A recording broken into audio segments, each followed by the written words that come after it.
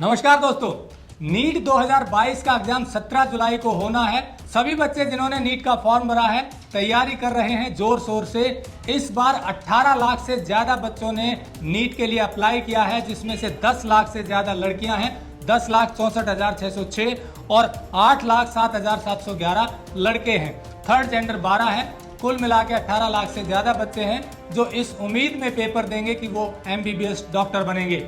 Motivators भी कहते हैं कि कुछ भी असंभव नहीं, कोशिश कीजिए, हौसला रखिए, आप कामयाब जरूर होंगे। इन सब बातों के अलावा दूसरी एक सच्चाई है, वो सच्चाई ये है कि कुल सीटें MBBS की करीब 90,000 के आसपास हैं, जिसमें से 40,000 से कुछ ज्यादा सीटें सरकारी कॉलेज की हैं। मतलब बच्चे जो 18 लाख हैं वो इस उम्मीद में पेपर देंगे कि 40,000 में उसका नंबर आ जाएगा।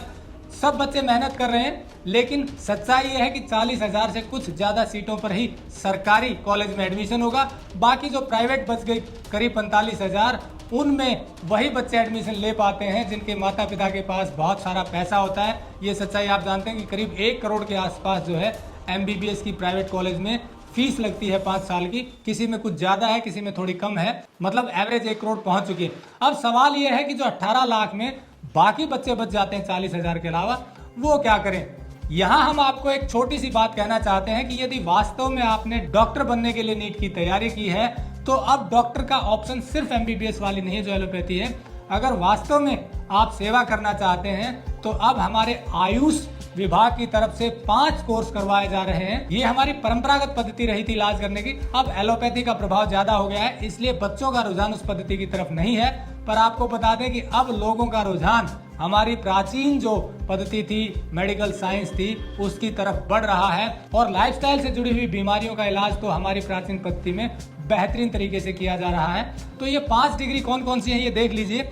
इसमें सबसे पहली है BMS, bachelor of Ayurvedic medicine and surgery.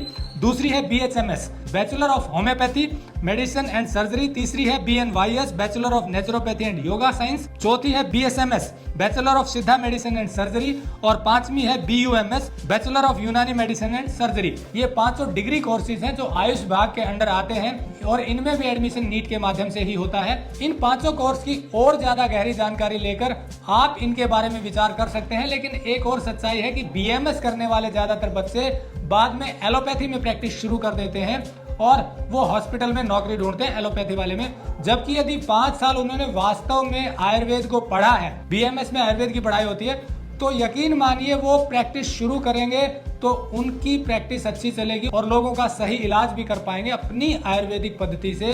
इसलिए BMS करने वाले विद्यार्थियों से हमारी रिक्वेस्ट है कि वो पूरी शिद्दत के साथ आयुर्वेद को पढ़ें और उसमें नई इन्वेंशन करने की कोशिश करें। अगर इसमें आप PG कर लेते हैं, जिसमें आगे अलग अलग ब्रांचेज हैं 22, तो आपको स्पेशलाइजेशन मिलेगा और इस तरह से आप लोगों की पुरानी पद्धति से इलाज कर पाएंगे। और BMS करने वाले विद्यार्थियों के लिए स्कोप और भी ज्यादा इसलिए है क्योंकि अभी जो हमारे वैद्य हैं, जो प्राचीन है या जो प्रैक्टिस कर रहे हैं, वो प्रॉपर BMS वाले कम है, बल्कि जो प्राचीन समय से जिनके पुरखे ये प्रैक्टिस करते आ रहे थे उसी को फॉलो करें।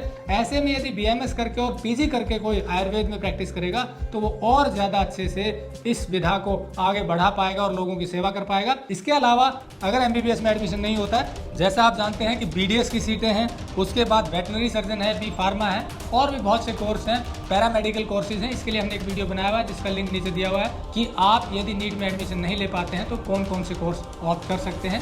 इस वीडियो को आप देखकर और अधिक जानकारी ले सकते हैं। ये वीडियो हमने सिर्फ इसलिए बनाया कि आप प्राचीन पद्धति के बारे में भी विचार करें। यदि किसी के सिर्फ कहने पर आपने मेडिकल ऑप्ट किया और तैयारी की है तो शायद आपका रुझान उसमें ना हो, लेकिन यदि अंदर से आपने डॉक्टर बनने की इच्छा है तो फिर MBBS मात्र एक ऑप्शन नहीं है। हमारी प्राचीन पद्धति जो हमने बताई वो भी बेहतरीन ऑप्शन हो सकते हैं और आप उसमें भी बहुत अच्छा कर सकते हैं। उम्मीद है वीडियो अच्छा लगा होगा, इस पर विचार जरूर कीजिएगा। नमस्कार, जय हिंद।